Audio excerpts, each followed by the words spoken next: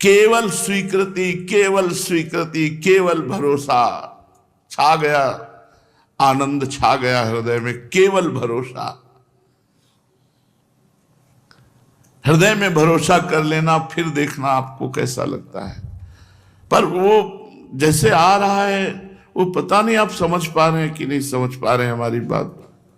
इस समय हम प्रवचन नहीं कर रहे, इस समय हम अपने हृदय की बात आपके सामने रख रहे हैं, जिससे हम हर समय आनंदित रहते हैं, जिसमें हर समय गरजते रहते हैं।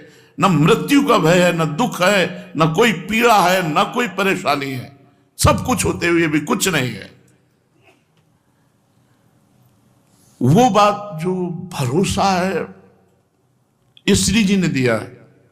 ये जो आज अभी हम आपको बोले, अब हम तुम्हें घटना बता रहे हैं अपने जीवन की।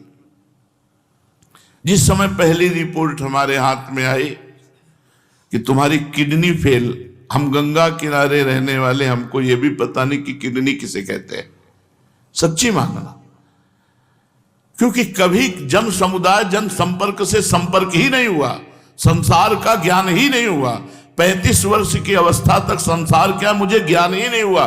गांव के किनारे से केवल जो गंगा जी जहां रास्ता नहीं है तो निकल गए हैं, लेकिन मुझे किसी संसारी आदमी से बात करना है, संसार का ज्ञान है। संसार का ज्ञान तो श्रीधाम वृंदावन में हुआ। मानो मेरा जन्म नया वृंदावन में हुआ, जिससे हम व्यवहार को समझ पाए। नहीं, केवल परमार्थ के सिवा कुछ नहीं। परमार्थ के लिए अपने जीवन को न्यौछावर करके मृत्यु की भी परवाह न करना, ऐसा साधन प्रधान जीवन था। ना कृपा और ना भरोसा, ये दो शब्द हमारे जीवन में नहीं थे। कृपा और भरोसा शब्द नहीं थे, साधना जीवन में थी। ऐसा करने से ये होगा, इस साधन से ये होता है, इस साधन से ये होता है। रामकृष्ण मिशन में जब स्वामी जी जो उस समय विराजमान थे, उनके पास बलराम भाई ले गए। उन्होंने रिपोर्ट देखी, कहा बाबा तुम्हारी दोनों किडनी बहुत शीघ्र खराब हो रही और परिणाम मृत्यु, इसमें कोई उपाय नहीं है। शायद उस समय डायलिसिस उपलब्ध नहीं होगा, क्योंकि इस शब्द का कहीं भी ना दिल्ली में उच्चारण हुआ था, ना यहां हुआ था।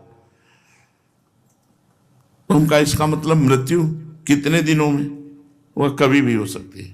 उन्होंने ऐसा कहा रामकृष्ण मिशन में स्वामी जी ने।